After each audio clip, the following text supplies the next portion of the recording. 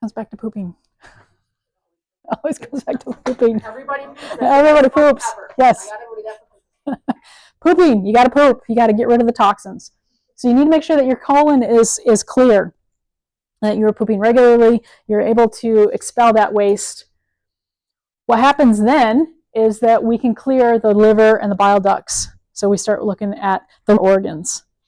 And then we have the lymphatic system, which is the interstitial fluid all over the place. You roll your ankle and your ankle swells up. That swelling is part of the lymph. It's that interstitial fluid. So we want to make sure that that fluid can get out. And then we move up into some of the higher structures. And we know that the glymph system, the cerebrospinal fluid, lives right about here. So we want to make sure that all this is clear so that when we sleep, we can get rid of the waste. If it's not clear, then it starts spilling over. It's like a bucket. And when you fill a bucket, you don't turn the spigot off, you just keep pouring more into the bucket, it overflows.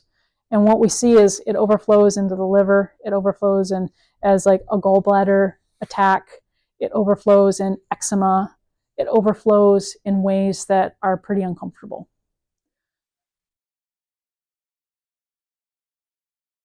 So what's the correct order? What happens first? Usually we encounter this first, right? Our sink is clogged. Let's think about this as our brain. Our brain's clogged. And we go and we try to attempt to get rid of the clog.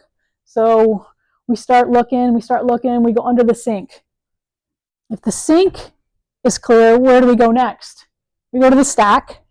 The stack's clear. All right, well, it must be all the way out to the street, right? So if this is not clear, it doesn't matter what else isn't working or is working.